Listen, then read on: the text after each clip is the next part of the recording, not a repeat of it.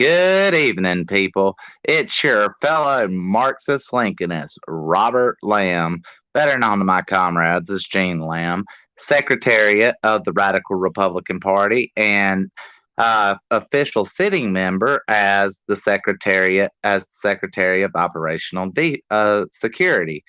Today, we shall continue our reading of Class Analysis and Revolution with Chapter 2. So join me, if you will, as we begin. All right, let me get to it.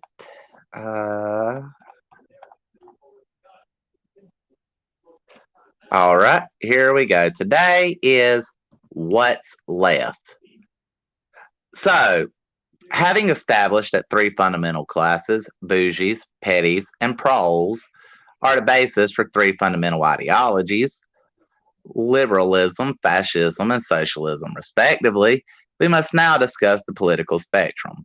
What does it mean to be left? What is the left anyway? And what is the proper rubric to understand ideologies in relation to one another? The Libertarian Party of the United States has long promoted a quiz with four quadrants. Depending on whether one is more or less permissive of economic rights, read capitalism, and whether one is more or less permissive of individual rights. So, authoritarian communists, as they might call someone like me, go in the top left quadrant, and fascists go in the top right, and anarchists in the bottom left, libertarians in the bottom right. Is this true? It cannot be, because where is the fourth class to sustain such a system? The lumpen proletariat, such a potential fourth class, mostly the unemployed or workers in criminalized industries like sex workers or drug dealers, is too tiny to provide the basis for such a four-quadrant system. And if they did, their interests would be too scrambled across the bottom left and right quadrants to be the basis of an organized movement. Drug dealers in California opposed the marijuana legalization measure the entire rest of the lumpen proles supported in the name of their obvious class interests. Without cops there to drive their competition away, the drug dealers would have to get a different job. Sex workers trade to rich clients that they cannot always afford to alienate, giving them a potential gateway to the class interests of the petty bourgeois should sex work ever be legalized and regulated.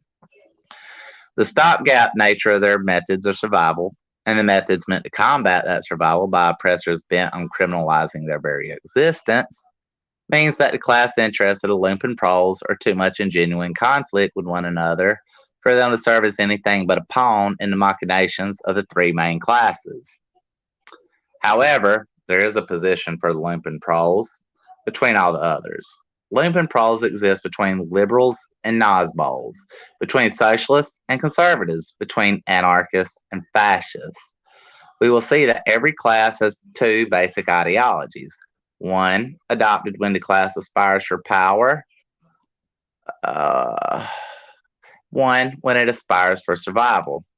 The space between victory and defeat, between hope and fear, is nihilism. Lumpen proles are natural nihilists, having rejected all other ideologies. But most people are not natural born nihilists and want a purpose and a class to their life. So most people in the lumpen prole position are there because of a dramatic reversal in life circumstances, and will gravitate towards a different class once those life circumstances settle down. Or if they are here ideologically, it will usually be because they lost faith in their previous ideology and have not yet chosen a new one. Rarely do people stay in the lumpen prole nihilist position for long stretches of life on purpose, and those who do make unpredictable alliances with the other classes that make them awash as a political force.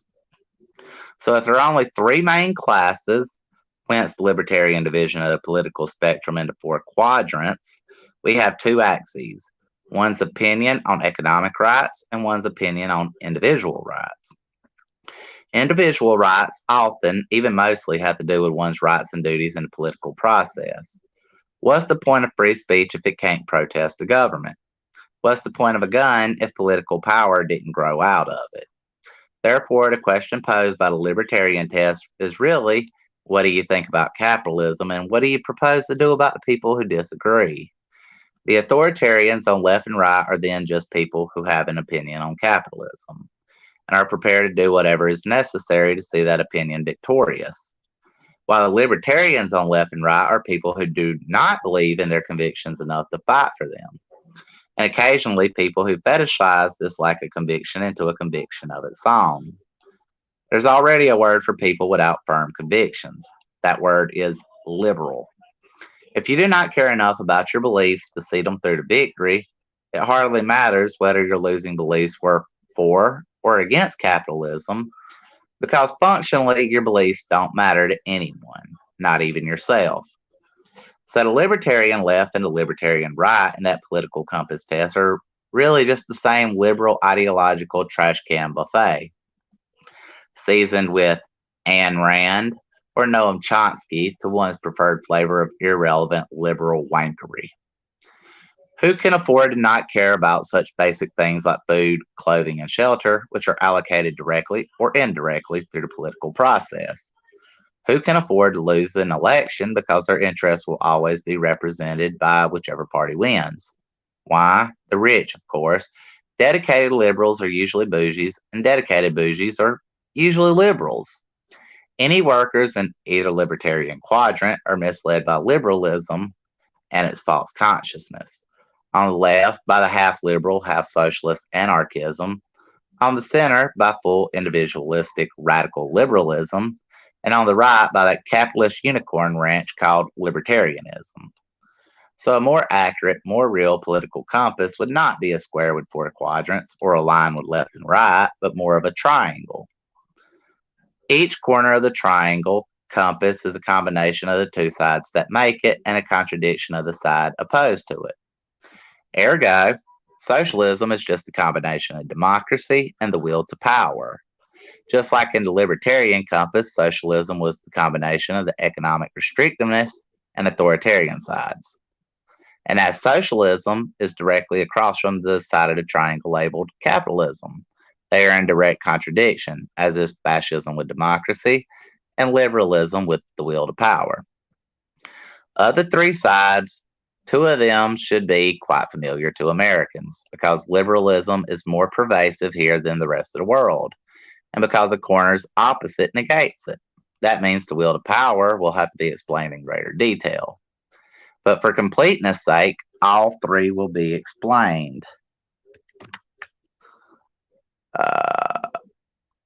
Capitalism is why you're reading this. You're exploited because you don't own your own company. The value of labor is alienated from you. This alienation is pissing you off, and so you're apparently open to hearing what the commies have to say about it. The definition of socialism is, again, the worker control of the means of production. That means that everyone involved in production has a say over that production. Socialism is another way of saying economic democracy. The socialist movement can be understood as one long quest for more democracy. So naturally, democracy is a socialist value. This is a value the socialist shares with the liberal. The bourgeois revelations brought to us liberal democracy.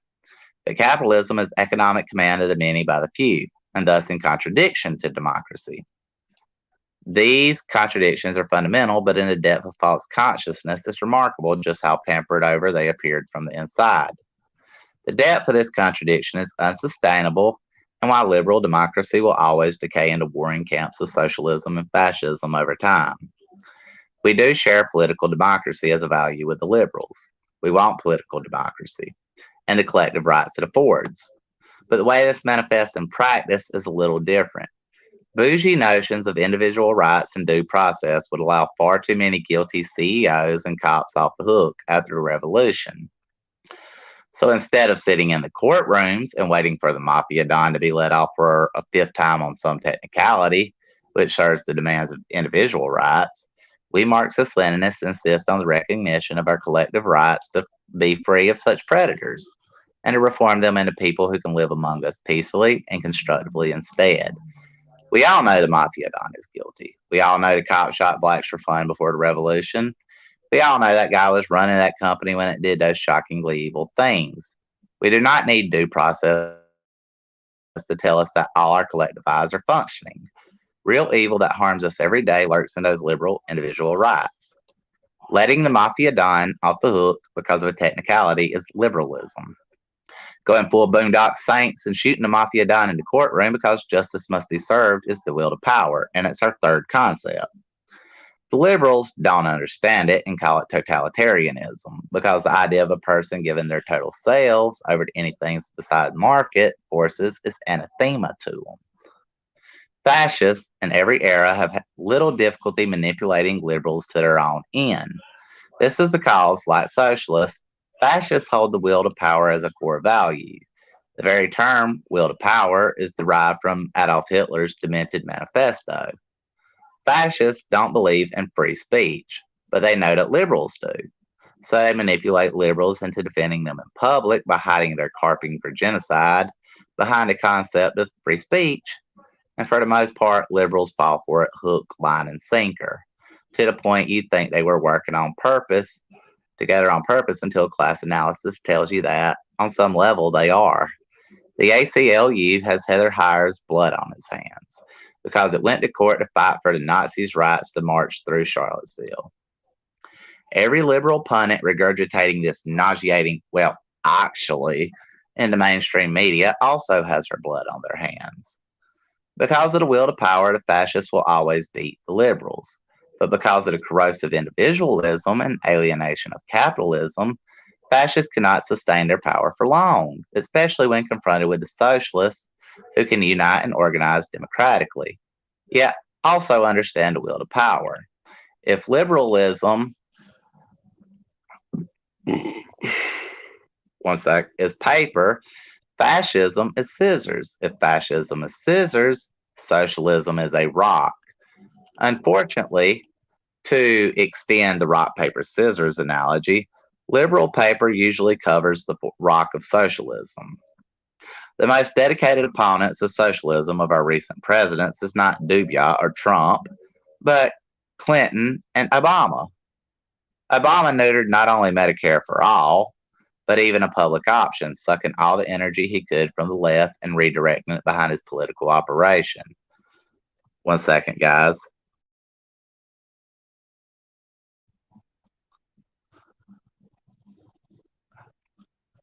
Sucking all the energy he could from the left and redirecting it behind his political operation. This is why the Democrats lost 1,000 races under him. Similarly, Clinton night triangulation is why he depended on Ross Perot to help him squeak through both times with a plurality of the electorate. If it took Nixon to go to China, it took a Clinton to sell out the left. And to continue that analogy, liberals have covered over the rock of socialism with literal paper, the mainstream media through which they peddle their false consciousness. Working class liberals could easily fail to recognize the liberal media that the conservatives saw until Bernie Sanders almost won the Democratic nomination. And then the Washington Post literally regurgitated dozens of anti-Bernie articles in a 24-hour period, and all the bougie pundits turned against them thereafter in a way they never turned against a conservative. Even Trump got a better reception of Bernie from the liberal media because Bernie threatens them more than Trump ever could.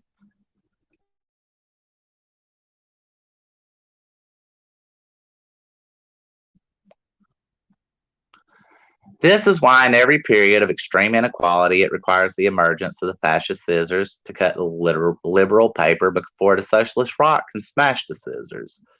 The fascists cut down the only force that can stop socialism, only to get smashed in turn. The most obvious example is the emergence of Adolf Hitler before he was crushed by Joseph Stalin. But it also applies to every other example of progress in history.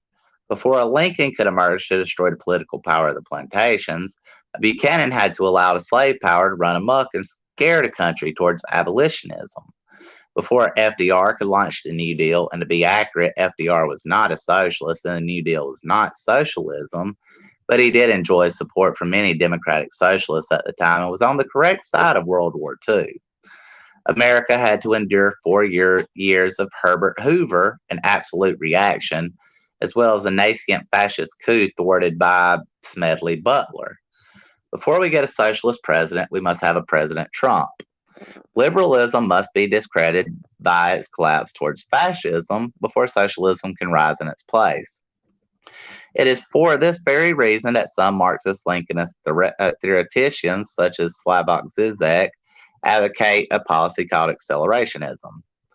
The argument goes that because liberalism must be discredited and capitalism's contradictions inevitably lead to the fascism that destroys liberalism, it is the socialist's duty to accelerate these events and deliberately lean into capitalism and fascism in order to emerge into a socialist period more quickly.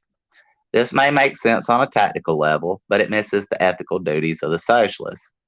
Unradicalized workers observing socialists deliberately making their lives worse will not be inclined towards Marxism-Leninism, but will reject us in the same breath as they reject the fascists. Furthermore, it is always uncertain just how much fascist reaction is necessary before a society will overcome its capitalist impulses, and so the accelerationists might step on the gas just to find themselves still short of the end of capitalism. Finally, in a late capitalist period, like the one we find ourselves in, there will be no shortage of capitalist dupes and fascists willing to do the work of accelerationism without a socialist lifting a finger. This is well and good, because in these periods, the socialists should be busying themselves, not by fanning the flames of the dumpster fire, but by organizing a fire department to one day put it out. Instead of goading on the Trump 16s or Biden 20s of the world, we should be organizing direct action to help workers survive this period in order to win them to our cause, that we may prevail in the next period. Yes, I did just assert that Biden was the accelerationist option in 2020. More on this later. Having analyzed the fascist corner of the will to power, we must now analyze what the will to power means in the socialist corner. This is important because it is here that typical American liberal criticisms of socialism are rooted. The socialist will to power has been slandered as totalitarian, ruthless, and a violation of human rights by spineless liberal geeks who can't speak German because Stalin lived and ruled. It is important that we refute these lies in the main, because they are the main stumbling block to the widespread adoption of socialist values on this continent. The will to power is where the notion of gulags come from.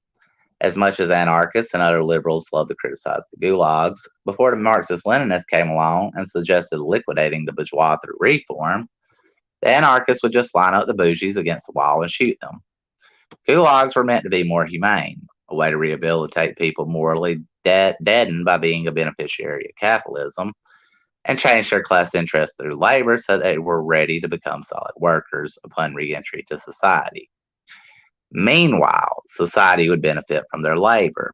The White Sea Canal, built by Gulag labor, was just one of many works that shortened the supply lines to the Soviet front during World War II, while reforging bougies and petty bougies into workers, and thus turned the tide of war. So the benefit of gulags to society is not trivial. For example, see Robert McNeil, Stalin, Man and Ruler, pages 142 to 144. Moreover, most inmates did return alive and healthy. Even the worst treated inmates, the Wehrmacht soldiers, not permitted to leave until every last brick of Stalingrad is rebuilt, were kept alive enough, as if as thoroughly miserable and exploited as they deserved, to return home in 1953 after Stalin's death. As we saw earlier, academics are petties and are thus paid to lie for the bougies. Sometimes they do this so well they mistake boot heels for lollipops. One such was a man named Robert Conquest, who earned a groaning resume full of bougie honors by repeating Nazi lies and saying 20 million Soviet citizens died under Stalinist terror. When the Soviet archives were opened after the Cold War and the true number was revealed, having been recorded by people proud of what they were doing, it recorded 799,455 deaths, and these mostly the worst of the worst. Seumas Milne, The Battle for History, Guardian, September 12, 2002. I will link this in the comments. The KGB defector and description. The KGB defector Ilya Zirvalov describes having fought his way up a mountain of counter-revolutionary bandits in the Crimean Peninsula in 1944. This is a man that loathed Khrushchev and defected to the West. but had no squeamish feelings about putting those people down like dogs. These were people who preferred to die shooting their own countrymen for the right to be filthy rich than see the backs of the Nazis. Ilya Zervalov's Secret Servant, pages 25 to 26. If those 799,455 people had been spared, presumably they would have been out there making Stalin and every Soviet citizen regret the clemency. Who were these people Stalin had shot? They were the remnants of the Tsarist Black Hundreds, a sort of orthodox Ku Klux Klan that ran around and killed Jews for the Tsar. They were the kulaks, wealthy farmers who, in the midst of a famine, set their grain on fire to negotiate a better price with the government, and who were the back of the pro-Nazi counterinsurgency in Ukraine. They were liberals who thought that grabbing the coattails of a revolution after it started once in 1917 entitled them to a cookie and a say forever. They then used their liberal opinions to monkey wrench the machinery of class war and revolution from the inside. They were opportunists that didn't care about anything but getting ahead in life, whatever flag you swore to. And despite America's own propaganda denying it, they were quite often literally what they claimed to be, spies for the West, deliberately engaging in economic sabotage to prevent the establishment of a Soviet military-industrial complex.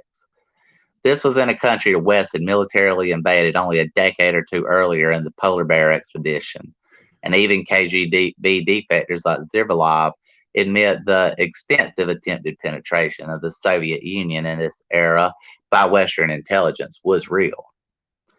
Now, take our own society and imagine it after a socialist revolution. Do you imagine anyone in the Atomwaffen SS as someone who will be able to reconcile themselves peacefully to these changes? Or will there be violence by these arch reactionaries when they're told they no longer get to do that? That will definitely happen. And in that scenario, we definitely have to either shoot or re educate them. I may be on the side of the people just wanting to shoot them and get it over with when that time comes.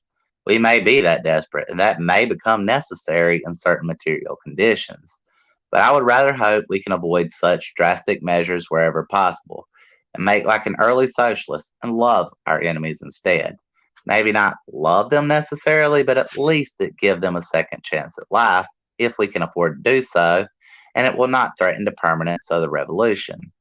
I don't want people to think socialists are bleak and heartless and motivated out of pure hatred. It's actually quite the opposite. To paraphrase Che Guevara, every revolutionary is motivated first and foremost by a profound feeling of love for the working class. But we can't have these reactionaries out and about living their lives. They will need to learn how they have hurt people and cannot be trusted with freedom until they do. We can't have them voting or serving in any elected office or government job, possibly even for the rest of their lives if they never reconcile themselves with a revolution. A truth commission will have to figure out which cops killed which people and which cops, DAs, and judges helped cover it up so we can deliver belated but necessary justice to all those guilty of murder and being an accessory to murder. The emphasis on collective rights over individual rights is why we condone things like gulags. Obviously, we don't condone non-Marxist-Leninist gulags, and even Marxist-Leninist gulags had the occasional apolitical grudge politicized via gulag, which is obviously a grievous abuse of power. That last bit is important. Between that and their increased use in cynical power struggles between opportunist petty bourgeois politicians, the Soviet people were increasingly repulsed from the Soviet system by the gulags. Under Khrushchev and afterwards, people saw them not as a fount for justice and reform, but as a way to settle personal scores and terrorize the masses for their own benefit. Exceptionally, authoritarian tools like gulags must be used exceptionally, no matter how effective they may be, because if they are not solely used with severe gravity against unquestioned counter-revolutionaries, they will eventually be used cynically and divide the workers from the Socialist Party in question. But as Marxist-Leninists, people who assert the need for authoritarianism of revolution, we cannot shy away from this. Occasionally, the class war will take a form where such extreme measures will be absolutely necessary. By definition, any sort of shooting war is one such example. A violent revolution is another such example. Essentially, there are times when the due process and bureaucracy that protects our rights gets in the way of doing what is necessary. The bourgeois recognize this. They invented the concept of martial law for this reason. A proletarian socialist revolution requires something more democratic, and such a process was invented in ancient Rome. It's called a dictatorship. No, really, hear me out. The very word dictator is Latin and means exactly what it sounds like in Latin, one guy telling the rest what to do. However, this dictator had to win a senatorial or popular vote, depending on the period in question, and his dictatorship was time limited to half a year. And oftentimes, major decisions he made had to be ratified afterwards by popular vote. When we socialists resort to having a single person making weighty decisions for all of us, we need someone we chose for that task who remains accountable to us. The ancient Roman institution of the dictatorship oddly sounds ideal for that. Not the word as it has come to be defined in modern day, which is more or less as an emperor without any semblance of political legitimacy. We need no emperors. As a side note, such a concept has been applied in the modern context of leftism in Venezuela. The National Assembly of Venezuela passed enabling laws granting Hugo Chavez constitutionally dictatorial power 4 different times: 99, 2001, 2007, and 2010. Each time Chavez was able to act without restraint within the bounds set by the given enabling law, and any measure he passed unsatisfactory to 5% of the Venezuelan population would be submitted to a referendum. Embassy of Venezuela to the United States. The facts, Venezuela's enabling law. Venezuelanalysis, January 17, 2011. I will link that as well. The only difference between this and ancient Rome is the use of the word dictator, but the phrase enabling law also describes what a real actual dictator in modern parlance Adolf Hitler used to destroy German democracy. What we call the thing is immaterial, but it is self-evidently a good tool in the hands of responsible socialists and a bad one in the hands of fascists. But we do need a way to sort out revolutionary periods and methods from periods and methods where law and bureaucracy and rights must prevail. We need an institutional way to do this, or one will be created at a great cost out of necessity when the revolution hits a brick wall, as happened with Stalin's purges. And when one is created ad hoc, it will make it incredibly difficult to follow laws and not personalities from thenceforward. Stalin's critics have a fairly good argument. He sent some little Bolsheviks to their deaths for the crime of disagreeing with the state. What they leave out of this critique is that he had no other choice. The West was continuing its pressure, and with its never-ending capitulations to Hitler, it looked more and more like the Soviet Union might have to fight the entire capitalist West at once. Stalin's pre-war diplomacy against Hitler with Britain and America went nowhere. He didn't have the tanks and the planes to fight even just Hitler. He didn't even have the factories to build them. So he needed people to build them, and he needed everyone to cooperate as much as possible to get it all done as much ahead of schedule as possible, because it may well mean their country if it wasn't. But he was blocked at every turn with these liberal Bolshevik hanger-ons interjecting their utopian dreamings into his hard-headed plan of action. Some of the opportunists, like Trotsky, saw a chance to replace Stalin by opposing him in the Politburo and gaining a faction behind them thereby. And so they did. The more effective opportunists, like Khrushchev, tended to embrace Stalin as long as he was useful. Stalin needed action, and they were simpering about with silly liberal dreaming and nest feathering instead. They did this for 10 straight years until he lost patience, drummed up some fake charges with the help of his own opportunists, and had them shot or exiled. Trotsky was allowed to flee to the West, putting his begging bowl before various fascists and capitalists as an object lesson to the Soviets about the moral bankruptcy of these people, until he was no longer useful for this role, and Stalin picked on him in 1944 in Mexico City. This was a tragedy. This was absolutely necessary, and this broke the Soviet Union in the long run. All things are true at once. These liberal dreamers were indeed old comrades, foggy-headed, idealists, utopian, their heads in the clouds because they fought through levels of false consciousness we can only dream of, and even after the revolution were still affected. but they were good comrades by and large, and in a perfect world would not deserve their fate. All the same, Stalin's impatience had a point. If he didn't send some to die in Siberia, they all surely would have died in Dachau. And because he had to do it sneakily, opportunistically, and left book call out culturally enough to best Trotsky at his own game, he virtually guaranteed that only opportunists who knew how to manipulate people would rise in his way. Trotsky warped the institutions of the Soviet state with his petty bourgeois scheming, and Stalin had no choice but to ratify that warping in practice to win. Stalin had that rare gift of understanding how to rule without using it to his personal benefit. When he died, his only real possession of value was his book collection, purchased honestly with his honestly meager paychecks. His successors would not be so restrained.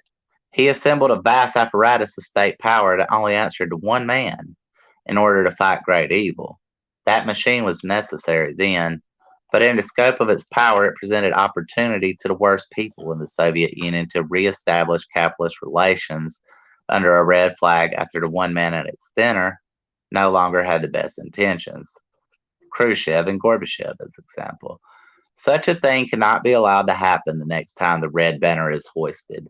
And so, an institutionalized approach to revolutionary terror, such as enabling laws after we seize control of government, is the best way to prevent it being misused by opportunists to divert the revolution for personal gain. And that, people, will be the end of Chapter 2. We will continue next time with Chapter 3. Thank you for joining me. This is the Redneck Revolutionary signing out.